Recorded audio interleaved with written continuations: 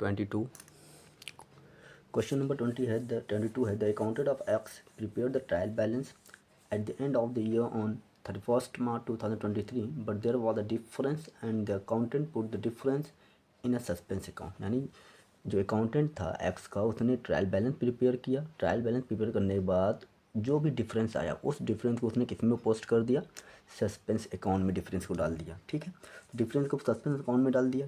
तो अब जो क्वेश्चन सॉल्व करना है, याद रखिएगा मैं जर्नल एंट्री पास कर रहा हूँ, आप सस्पेंस अकाउंट खुद प्रिपेयर करेंगे। ठीक, सस्पेंस अकाउंट प्रिपेयर करेंगे तो इससे आपको सस्पेंस अकाउंट बनाने आ जाएगा। वैसे एग्जाम में सस्पेंस अकाउंट बनाने के लिए नहीं देता है, सिर्फ जनरल बनाने के लिए देता है। तो हम क्वेश्चन एक बार आप अपने बुक से मैच करिए क्योंकि क्वेश्चन सॉल्व किया जाएगा।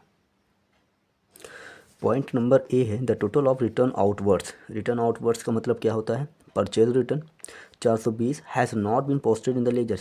जब रिटर्न आउटवर्ड जो है लेजर में पोस्ट नहीं किया गया है तो पोस्ट कर लेंगे। जब रिटर्न आउटवर्ड का मतलब परचेज रिटर्न, परचेज रिटर्न क्या होता है, क्रेडिट होता है तो कर लेंगे। तो डेबिट किसको करेंगे, सस्पेंस अकाउंट को। Suspense account debit to purchase return account. ठीक, कितना अमाउंट है आपका, है 420 रुपीज़। सेकेंड पॉइंट ये है कि हमने वाई से 350 रुपीज़ का परचेज़ किया था, लेकिन परचेज़ किया था तो एंट्री क्या बननी चाहिए थी, purchase account debit to Y. लेकिन उसने एंट्री जो कर दिया सेल्स बुक में कर दिया। और जब सेल्स में किया होगा तो सेल्स क्या होता है, क्रेडिट होता है, जबकि परचेज में होता है तो परचेज डेबिट होता है। यानी परचेज में नहीं हुआ पहली गलती, दूसरी गलती क्या है, सेल्स में कर दिया। दूसरी गलती ये है क्योंकि सेल्स को क्रेडिट किया है। अब सही करने के लिए सेल्स को भी डेबिट करेंगे, परचेज को भी डेबिट करेंगे।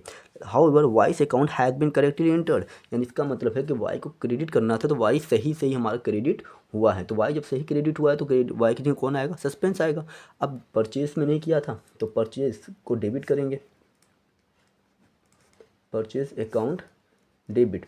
गलती से सेल्स में कर दिया था जबकि सेल्स क्रेडिट होता है, नील करने के लिए सेल्स को भी डेबिट करेंगे टू सस्पेंस अकाउंट। ठीक, 350 एंड 700।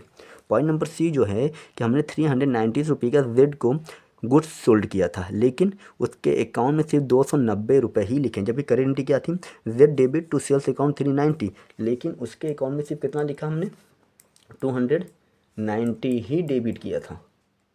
गलती क्या है, कितना कम किया है, 100 रुपये कम किया है। तो 100 रुपये जब कम किया है तो सही करने के लिए क्या करेंगे, जेड से पैसा लेना था, लेकिन यहाँ पर हमने क्या कर दिया है, यहाँ पर हमने क्रेडिट किया, सॉरी क्रेडिट किया था। इसका मतलब इससे ये हो गया कि जेड से पैसा लेना था, बल्कि इससे ये क्या पता चल रहा है, हम जेड को देंगे। सही करने के लिए जेड को डेबिट करेंगे, क्या करेंगे, जेड डेबिट।